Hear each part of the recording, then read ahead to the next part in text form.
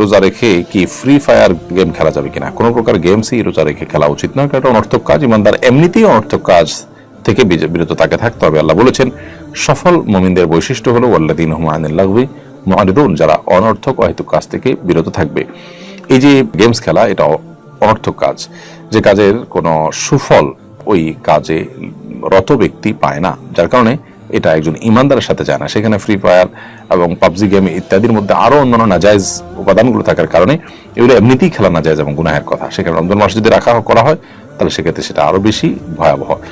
রোজা রেখে যদি এটা করে, কেউ রোজা হয়ে যাবে, কিন্তু রোজার গুণগত মান নষ্ট হবে এবং রোজার সওয়াব এর মধ্যে নিশ্চয়ই ঘাটতি দেখা দিবে।